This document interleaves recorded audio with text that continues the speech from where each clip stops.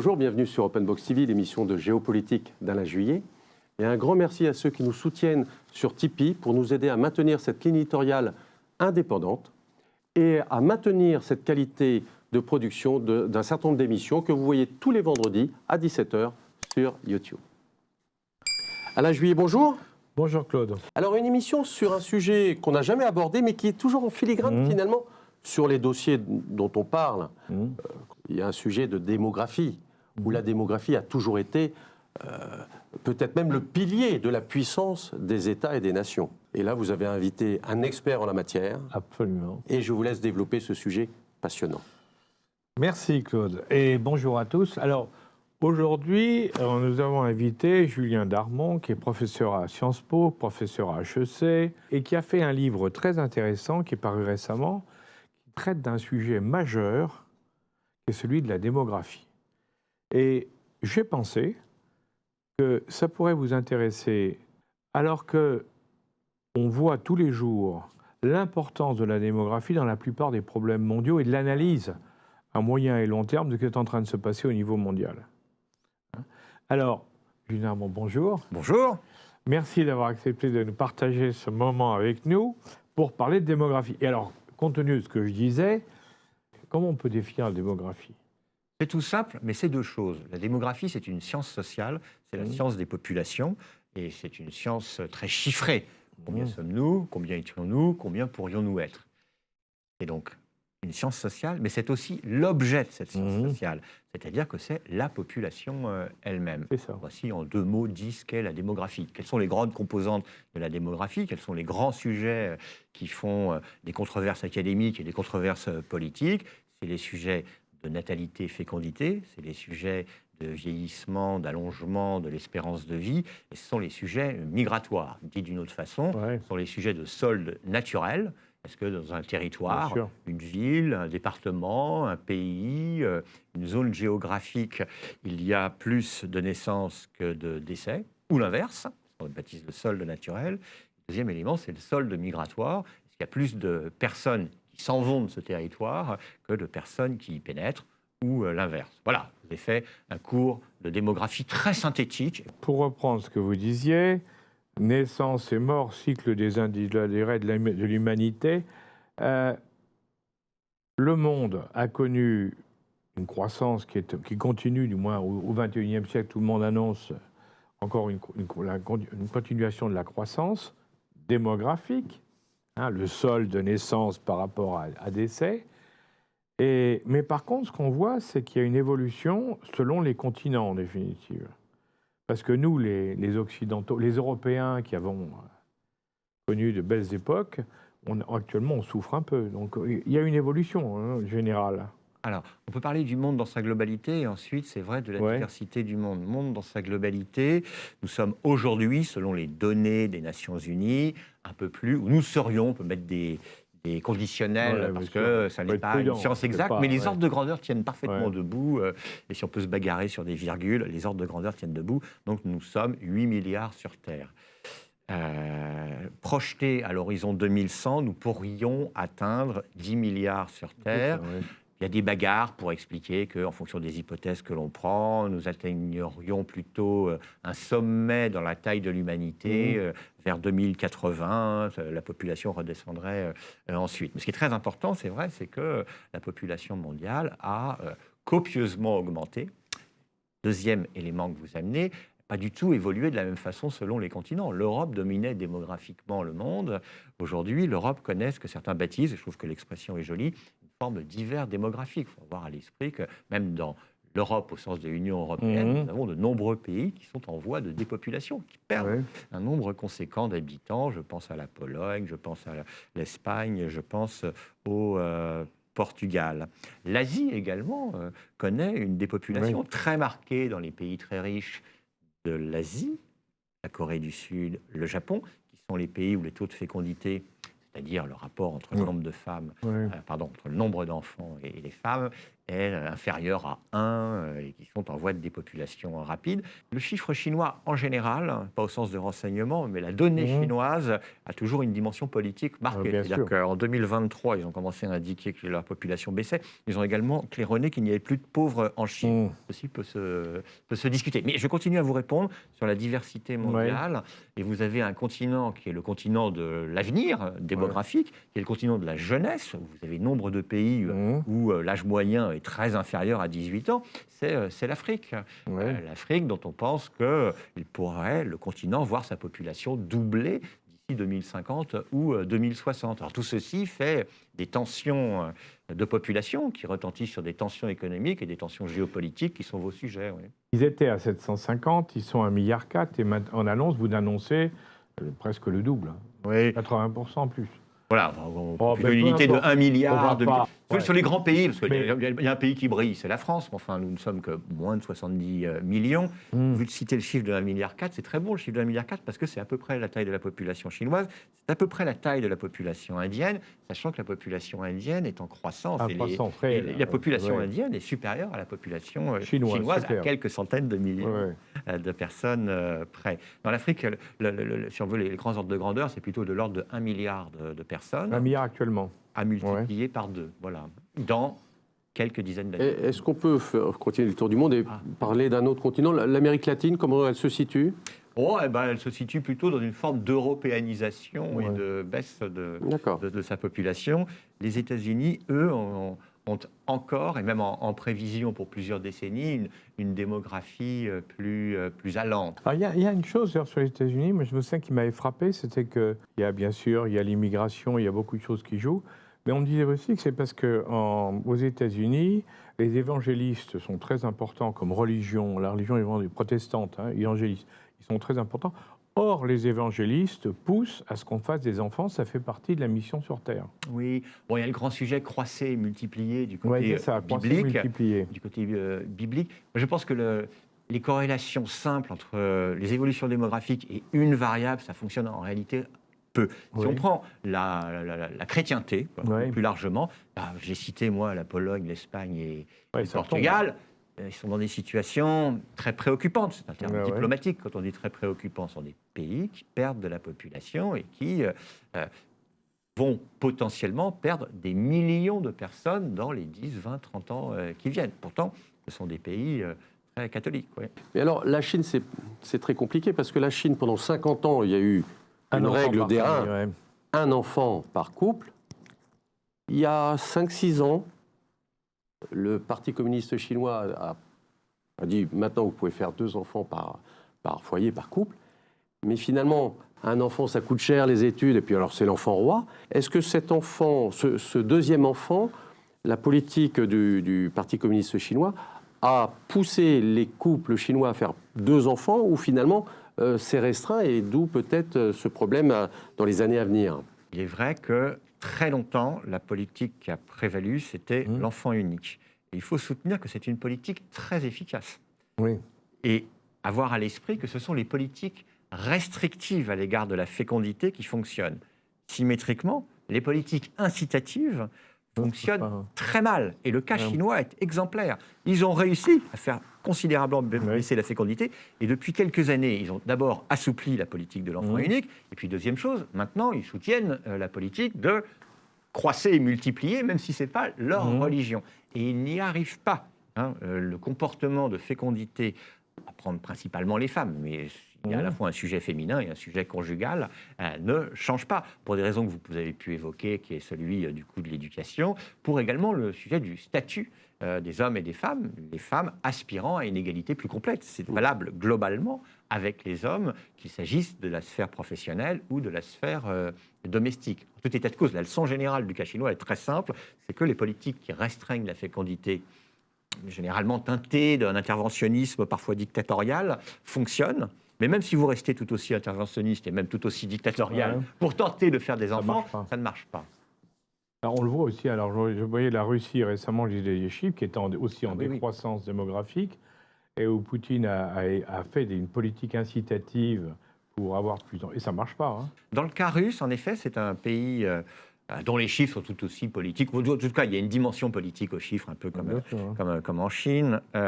Oui, mais globalement, l'ordre de grandeur et les inquiétudes du Kremlin, ou certaines inquiétudes du Kremlin, c'est sur la dépopulation, qui pourrait s'accentuer. Ça veut donc dire Exactement, ils sont très inquiets. qu'elle a déjà lieu. Ça a trait, pour les explications selon les démographes, toujours à ce problème d'égalité entre les hommes et les femmes. Pour caricaturer vraiment, hein, une femme russe qui s'engage avec un homme russe, c'est un homme russe dont la considération à l'égard de la femme n'est pas la même qu'en France. C'est un homme russe qui peut consommer un peu plus d'alcool, etc., pour aller jusque dans la caricature. Ouais. Et ceci ne conduit pas à faire davantage d'enfants. Le président Poutine, depuis plusieurs années, lui, soutient très fortement des mesures natalistes. Ça va jusqu'à la réintroduction d'une médaille de la mère russe, etc. Ça va jusqu'à des sommes considérables pour fêter l'arrivée du premier enfant, etc. Ça n'a, soyons clairs, strictement aucun impact. C'est ça, ouais. Si on peut tirer des leçons plus générales, c'est qu'il y a un lien très ténu, très lâche, très faible entre les dépenses de politique familiale et les niveaux de fécondité. Ça se vérifie partout dans le monde. Et ça a trait à des comportements intimes, privés, qui sont les nôtres. De savoir si oui, non, on veut des enfants, si oui, non, on peut réaliser ce désir d'enfant. Et les politiques publiques n'ont plus autant de prise qu'auparavant sur ce dossier. Alors, on a eu Angela Merkel qui, en constatant que l'Allemagne, c'est terrible, la décroissance démographique allemande est épouvantable. Angela Merkel, constatant ça, elle a dit « j'ouvre les frontières à l'immigration », parce que c'est pour ça qu'elle a ouvert les frontières à la Turquie et ailleurs, en disant « je vais faire entrer des gens qui, un, vont occuper les emplois qui sont plus occupés par les Allemands, et deux, qui font des enfants ». Alors, une question qu'on peut se poser, parce que quand on voit le résultat aujourd'hui, alors après un certain nombre d'années quand même, hein, parce qu'elle a fait ça, elle a été critiquée au départ, elle a été acceptée, il y a eu un mélange selon les... Et aujourd'hui, on s'aperçoit que, comme ils ont mal maîtrisé leur immigration, je crois ce qu'on peut dire, sans aller trop dans les détails, ils ont un problème avec les populations immigrées. Alors là, ça commence à poser problème, parce que si d'un côté, les mesures natalistes ne marchent pas, et si de l'autre côté, lorsqu'on intègre des gens, ça ne marche pas non plus, et comment on fait? Vous avez des pays qui font le choix de vieillir heureux et seuls, et sans avoir recours d'ailleurs à l'immigration, sauf que ça s'ouvre un tout petit peu. C'est le cas du Japon. Mais mes deux remarques, il y en a une porte quand même sur ce seuil de 2 enfants par femme. Il faut que je dise ce qu'il en est. Et ensuite, on parlera du cas allemand. On a ce chiffre de à peu près 2 enfants par femme, qui est celui du seuil de renouvellement des générations. Et là, il faut dire quelques petits mots en la matière, parce que c'est lié à l'espèce humaine. À la naissance, quand 100 petites filles naissent, il y a 105 petits garçons qui naissent. Donc, pour que 100 petites filles mettent au monde 100 petites filles, enfin, que 100 jeunes filles mettent au monde 100 jeunes filles, il faut qu'elles mettent au monde 205 enfants. Vous rapportez ça à une jeune femme, il faut qu'une jeune femme, pour se reproduire démographiquement, produisent, pardon pour les mots, 2,05 enfants. Mais il faut corriger ça de la mortalité infantile. C'est-à-dire qu'une jeune femme arrive à mettre au monde une jeune femme qui, par la suite, sa fille, sera à l'âge d'avoir des enfants, il faut corriger de la mortalité infantile. Donc le seuil de renouvellement des générations, dans les pays riches, à mortalité infantile faible, comme la France, il est entre 2,05 enfants par femme et 2,1 enfants par femme. Il y a encore 50 ou 60 ans, le seuil de renouvellement des générations en France était plus élevé. Dans nombre de pays dans le monde en développement, singulièrement en Afrique, le seuil de renouvellement des générations, il y a beaucoup d'enfants qui meurent en bas âge. Exactement, c'est ça le sujet. Pour le cas allemand, sujet très important, la préoccupation démographique comme en France, très présente, et ce depuis 1870, parce que les populations allemandes et françaises étaient de même taille en 1870, et la France étant plus en avance de sa transition démographique, en faisant moins d'enfants, les Allemands sont devenus plus nombreux que nous, et ceci a alimenté les tensions historiques entre les deux nations, et continue à faire que nous nous comparons sur ce dossier. Depuis la réunification, la RDA faisait beaucoup moins d'enfants, il y a une préoccupation démographique puissante en Allemagne. Et le premier sujet a été ça a été fortement mis en avant par le chancelier Schröder, qui a fait un agenda 2010 avec des propositions fortes en matière de petite enfance, en matière de politique familiale centrée sur la petite enfance, plaidant pour que chaque petit enfant qui apparaissait en Allemagne, quelle que soit sa nationalité, puisse disposer en gros d'une place en crèche ou chez une assistante maternelle, chez une nounou. Un effort considérable, avec une visée nataliste qui était ah oui, on fait si peu d'enfants qu'il faut faire feu de tout bois. Parallèlement, il y a eu ce recours accru obligé ou souhaité, célébré ou repoussé à l'immigration, singulièrement depuis la crise migratoire de 2015. Qu'est-ce qu'on observe sur un simple plan démographique? C'est qu'en gros, l'indice conjoncturel de fécondité, pardon, c'est le terme pompeux pour le désigner cela, est passé de 1,4 en Allemagne à 1,6. Et on peut ajouter que ce progrès est plutôt lié à des populations nées à l'étranger qui, dans les populations étrangères qui arrivent en Europe, ont une fécondité plus élevée. Donc l'Allemagne n'a pas réussi son pari démographique avec ces deux options que sont le développement d'une politique familiale incitative et d'autre part un recours à l'immigration qui peut être problématique. Je pense que si on veut d'un seul coup avoir d'une part davantage de jeunes actifs pour rééquilibrer des comptes de protection sociale. Et deuxième chose, d'avoir une fécondité qui augmente, la meilleure solution, c'est l'immigration. C'est l'immigration, et encore plus précisément, l'immigration africaine. Quand je dis ça, c'est la meilleure solution mathématique. Après, se posent plusieurs problèmes. Bon, je mets immédiatement en avant le problème d'intégration que vous évoquez, le problème de sensibilité politique extrême de ces affaires aujourd'hui qui font que je vois difficilement des responsables politiques, dans le contexte français, dire, je parle de la France, ah bah oui, ce qu'il faut, c'est faire beaucoup plus d'immigration. Merkel, l'annonce faite par Merkel est inenvisageable en France. Actuellement, ça me paraît très compliqué, et même du côté des partis les plus favorables, ils se diraient on va perdre des voix, etc., etc. Ceci dit, il faut avoir à l'esprit un phénomène démographique très important, c'est que les comportements démographiques des immigrés, en une génération, se rapprochent,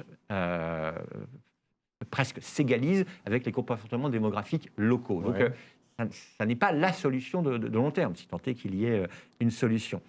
De surcroît, je trouve que c'est un regard particulier sur l'humanité. C'est un côté humaniste, pardon, je vous le livre, qui est que si économiquement c'est utile que d'avoir des jeunes gens, hommes et femmes, qui vont travailler, si on les fait venir pour faire des enfants, c'est un regard particulier sur l'humanité, je trouve.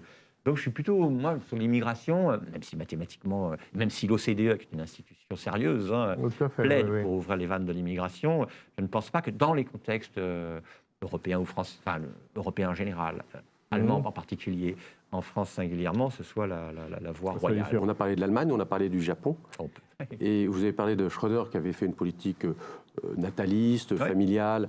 Mais en fait, ces deux pays-là ont un problème avec Alain Juppé. On connaît bien le Japon. Et en fait, c'est la place de la femme aussi dans le travail. Exactement, exactement. Au Japon, une femme qui a un enfant, elle ne peut plus travailler. Exactement. Et en Allemagne, c'est pas loin, c'est pas loin. Ça a un peu évolué. Et donc, tant que la femme ne peut pas travailler si elle a des enfants, c'est un vrai problème. C'est le problème clé. Alors, on peut en trouver plein des problèmes. Il y a des problèmes de logement, des problèmes... Alors, si on dit que c'est des problèmes culturels, on est tranquille parce qu'on ne sait pas ce qu'on veut dire exactement. Mais si on doit trouver un des sujets, enfin, le sujet le plus important, c'est celui-ci. Et vous l'avez bien décrit. D'abord, pour avoir des enfants dans ces pays, socialement, il faut être marié. Alors, pour la France, dans 2 tiers des cas, 2 tiers des naissances aujourd'hui, c'est des naissances hors mariage. Avant, il fallait se marier pour avoir un enfant. Maintenant, on fait des enfants et parfois, après, on se marie. Chacun son goût, faut-il le faire ou non. Au Japon, et puis d'ailleurs, dans les pays européens à faible niveau de fécondité, c'est le même phénomène. Vous avez des taux de naissance hors mariage qui sont très faibles. Mais dans le cas japonais ou coréen, c'est inférieur à 10%. On ne vit absolument pas dans le même monde. Parce qu'une jeune femme qui se marie, elle n'a plus le pouvoir sur sa vie. Elle hérite de son mari, elle hérite de ses beaux-parents, chacun ses goûts avec ses beaux-parents, et puis elle ne peut pas avoir de carrière professionnelle. On a même vu l'impératrice être en dépression à l'égard de la puissance extrême de son mari. Bon, certes, pour être empereur de Japon, est un homme singulier, mais aussi un homme. C'est vrai que l'impératrice, vous avez raison, l'impératrice était désespérée parce qu'il l'empêchait de travailler, de s'occuper. Exactement. Alors qu'elle est passée par l'université américaine, etc. Mais là, c'est le côté point de vue et gala que j'évoque, mais qui illustre le phénomène le plus important qui est celui-ci. Dans le cas allemand, plus proche de nous, il y a une expression que je prononce mal parce que moi, je ne parle pas allemand, mais je l'ai appris par cœur et je sais la traduire, c'est Rabenmutter. Donc, je crois que je sais ce que ça veut dire. C'est-à-dire mère corbeau. Une femme qui travaille en ayant des enfants, c'est extrêmement mal vu. C'est extrêmement mal vu, c'est de moins en moins mal vu. Depuis une vingtaine d'années, justement, ce qu'a fait Schröder, Ce qu'a enclenché Schröder, c'est un changement de perspective là-dessus. Madame van der Leyen, qui aujourd'hui a des responsabilités éminentes à la tête de la Commission européenne, encore une fois, qu'on l'apprécie ou non, a d'abord été ministre de la Famille en Allemagne. Et là-bas, mère de 7 enfants, elle a été en responsabilité professionnelle. Elle a surtout tenté de changer les perceptions sur ce dossier. Ça n'a pas complètement changé. Ça a beaucoup évolué, mais ça reste un problème. Donc oui, le sujet clé est celui de l'égalité professionnelle. Et j'ajouterais pour nous trois messieurs, nous trois nous sommes des messieurs, la question de l'égalité domestique. L'égalité domestique. Bah oui, une jeune femme ne souhaite plus avoir une double carrière professionnelle et carrière domestique, à laver nos affaires à la maison. Voilà. Alors la puissance domestique des femmes japonaises, c'est elles qui gèrent le cordon de la bourse. Oui.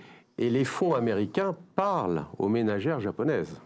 Ça, c'est possible. Ça, je ne connais pas le mais détail. c'est elles qui gèrent l'argent. Ah oui. Quand l'homme va prendre un boire des coups le soir, après le travail. Mais regardez ça, c'est même sujet que la Russie. Alors, je ne sais copains. pas si les fonds américains financent les femmes russes. Non, ça, je c'est crois pas le sujet, n'est-ce pas? Je veux dire, c'est riant, bien évidemment. Mais ce côté de messieurs qui ont une vie qui est toujours la même de traditionnelle, si vous le souhaitez, qui est de faire ce qu'ils veulent ensemble, avec madame qui gère les cordons de la bourse et qui gère les affaires domestiques, ben, si on regarde ces affaires de fécondité, ça a un impact désastreux. Et la France, là-dessus, sans être un paradis, n'est pas du tout l'enfer auquel on pense. Nous sommes avec une situation démographique qui pourrait être préoccupante, mais rien de la catastrophe que connaissent certains de nos voisins européens. Même si on met de côté les chiffres et les bagarres, en France, c'est plutôt bien vu, une femme qui travaille et qui a des enfants. L'OCDE a cette vertu d'avoir son siège à Paris. Donc on peut voir des experts, puis tout plein de sujets. On peut regarder les bases de données, faire toutes les analyses statistiques que l'on veut. On peut aussi simplement poser la question aux experts de l'OCDE en disant, mais si tu as un enfant, toi ou tes enfants, tu préfères que, jeune, entre 0 et 6 ans, tu préfères être dans quel pays? La réponse tombe vite, c'est la France. Entre 0 et 6 ans, pourquoi? Entre 3 et 6 ans, vous avez l'école maternelle. 100% des enfants en France sont pris en charge. Et pour pas un sou, ça ne coûte rien. Entre 0 et 3 ans, c'est ce qu'on baptise les politiques de petite enfance. Voilà. Et là, il y a encore des progrès à faire, assurément, à 1000 titres. Mais les investissements qui ont été faits sont en partie responsables du haut niveau relatif de fécondité français. Les politiques de dénatalité marchent. Oui. Les politiques, par contre, de promotion de la natalité ne marchent pas. Il y a des problèmes dans un certain nombre de pays, dans nos pays, par rapport à d'autres. Il y a de gros problèmes, ou en Chine ou ailleurs. Est-ce qu'en définitive, que c'est ça en définitive, est-ce que la baisse de la natalité n'est pas directement relationnée avec l'élévation du niveau de vie? Alors, c'est lié à l'élévation du niveau de vie. Et avant ça, plus précisément encore, si on regarde ça globalement, historiquement, c'est l'accès des femmes à l'éducation, qui compte beaucoup, qui retentit sur leurs aspirations après à avoir des activités professionnelles en fonction du niveau d'éducation qu'elles ont reçu. C'est évidemment des révolutions technologiques de type contraception. Et puis, vous pouvez mettre plein de ions derrière, comme celui de, parce que j'ai dit contraception, donc on va dire urbanisation. Urbanisation, ça veut dire vivre dans des espaces plus restreints. Les appartements sont plus petits que les maisons, c'est aussi simple et aussi bête que cela. Donc, élever des enfants quand on a, je sais pas, 50 mètres carrés plutôt que 100 mètres carrés, bah, c'est plus compliqué. Et puis, élévation du niveau de vie, ça fait un coût plus élevé que d'avoir des enfants, parce que si on souhaite qu'ils aient le même niveau de vie que nous, ou même plus élevé, on investit davantage dans l'éducation. Ce qui m'amène à une considération plus générale qui peut vous intéresser, c'est que la baisse de la fécondité, elle concerne puissamment les pays riches que l'on a pu évoquer, mais elle concerne tous les pays du monde aujourd'hui, à des niveaux et des intensités variés. C'est ce qui explique pourquoi, d'ailleurs, la courbe de la population mondiale, puisqu'on avait commencé par cela, est une... va atteindre, devrait, voilà, comment on peut le faire, un sommet. Voilà, ça va atteindre un maximum. Le désir d'enfant est quelque chose qui baisse dans le monde entier. Auparavant, faire un enfant, c'était un investissement productif, c'était un investissement pour ses vieux jours. Aujourd'hui, c'est un investissement affectif. Parce que l'enfant payé, il ne faut pas oublier, dans un certain nombre de pays, ça continue, pas chez nous bien sûr, encore que, mais l'enfant payé, en définitive, il n'y avait pas la retraite à l'époque, c'est l'enfant qui travaillait pour faire vivre la famille. Donc les grands-parents, ils vivaient sur le dos des enfants. Et c'était la contrepartie du fait que les parents et les grands-parents avaient aidé les enfants, ils leur avaient permis d'atteindre l'âge adulte. Donc c'était un cercle vertueux. Absolument. Aujourd'hui, on a tué le cercle vertueux, si je comprends bien. En tout cas, on a mis en place Enfin, un c'est autre peut-être un cercle. peu poussé, Non, je mais on suis a mis en d'accord, place mais- un autre cercle qui est le C'est ça, système, qu'il soit par capitalisation ou par répartition Ouais. de retraite. Moi, je le dis de façon souriante pour rigoler, mais ça donne une idée. C'est que si vous voulez que la natalité augmente, Supprimer les retraites. vous supprimez les retraites. Alors évidemment, c'est très compliqué. Hein. C'est pas du tout ce que je préconise d'ailleurs. Non, mais je m'en Mais doute c'est une bien, observation, j'en doute bien. Non, non, mais- observation de corrélation bien simple, quoi, bien sûr. Ouais. Donc, dans l'histoire de l'humanité, vous avez des transformations technologiques du type contraception, des transformations aussi dans nos systèmes de redistribution et de solidarité, qui font que les retraites ont cet impact. Ouais. Mais on disait toujours que la richesse d'un pays, c'était sa population, sa démographie. Oui. Est-ce que c'est toujours d'actualité? Est-ce que c'est modulé par un certain nombre de choses ou voilà, l'Inde, la Chine, l'Afrique en général, la démographie fait que ce sont des pays d'avenir, des pays puissants ou des continents puissants? Ce que l'on craignait dans les années 70, c'est ce qu'on avait baptisé la bombe P. P, population. Oui, c'était un sujet absolument clé que la masse de la population. Si on a fait les politiques familiales, en particulier en France, c'était, je vais le prononcer de façon très claire, c'était pour foutre une rousse aux Allemands. Mais À oui. partir des années 1870, surtout à partir de l'entre-deux-guerres, 14-18, 39-45, on a voulu, en créant les allocations familiales, et avec la sécurité sociale après en 45 et la systématisation des allocations familiales, soutenir la natalité. Si on voulait soutenir la natalité, c'était dans une visée militaire, puis après, on va dire, plus économique. Je pose des questions aujourd'hui parce qu'un pays comme le Japon, justement, n'a pas du tout cette visée, cette appréciation, se rend compte que c'est problématique d'avoir une population qui diminue, en fait une préoccupation sans que ce soit leur première préoccupation. Ils veulent vieillir peinards, les Japonais, si j'ose dire, avec la robotisation et avec la transformation même de leurs espaces publics, plus de bancs, plus de toilettes publiques pour les personnes âgées qui s'y déplacent. Et si on regarde ça d'un point de vue militaire et de puissance, même si le conflit en Ukraine, mais là vous êtes plus des spécialistes que moi, largement montre que la guerre low cost compte aussi et que les conflits dits de haute intensité commandent des personnels importants en termes militaires. Vous avez un sujet qui est que aujourd'hui dans les armées, vous avez ce terme que vous connaissez bien, haute intensité, etc. Il vaudrait mieux investir pour avoir que des ingénieurs qui savent inventer de nouveaux drones, etc. etc. Donc faire beaucoup d'enfants en termes militaires, c'était plus aussi évident jusqu'à ce retour de l'idée de guerre de haute intensité. Mais ce que je pense, plus économiquement, c'est que certains dénient le fait que c'est un problème de puissance. Pourtant, c'est très simple. Moins d'enfants, ça veut dire d'abord moins de couches, moins de pots pour bébés. Absolument, vous en foutez. Mais ce sont des marchés qui se transforment, qui s'écroulent. Ensuite, ça veut dire moins de places en crèche, moins de places dans les écoles. Un chiffre, 1,5 million d'enfants en moins entre 2022 et 2027 dans les écoles. Colossal pour la France, je ne parle pas du monde là. Mais pour la France. On augmente le nombre de professeurs, ce qui pose un problème. Il y a un problème en effet. Peut-être les enfants qui sont là disposeront-ils de plus de profs pour chacun d'entre eux. Sans nul doute, puisque et de qualité, etc. Mais assez rapidement, ça a un impact sur les équilibres économiques basiques qui sont ceux de la population active, qui permettent de financer les systèmes de retraite, etc. Je pense que personne ne fait des enfants pour financer les systèmes de retraite.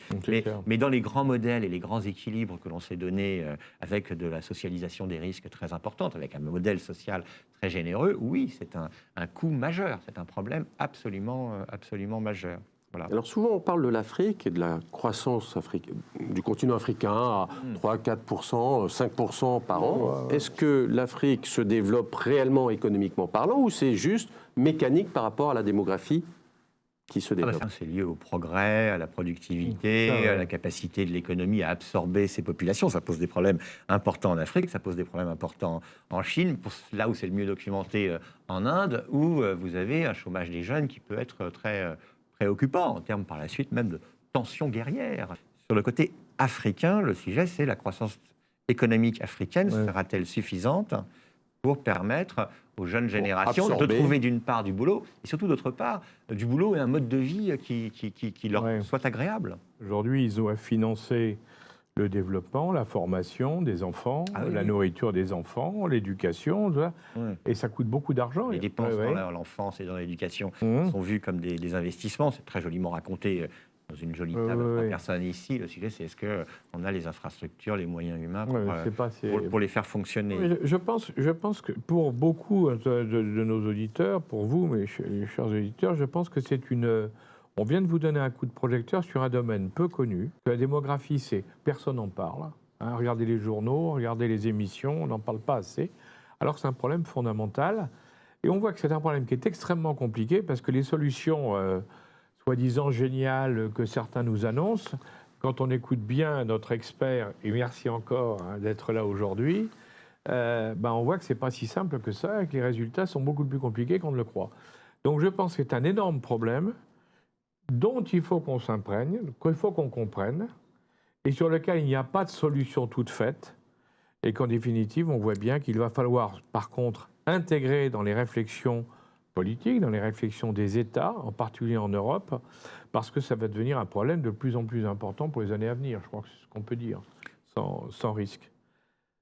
Merci encore, Général, d'être parmi nous, grâce, et de nous avoir partagé votre expérience, parce que là-dessus, je pense que tout le monde a appris beaucoup de choses. Une émission très intéressante.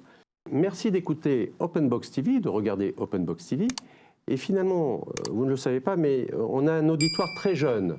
Donc à cet auditoire très jeune, regardez Open Box TV et faites des enfants. Merci et à bientôt.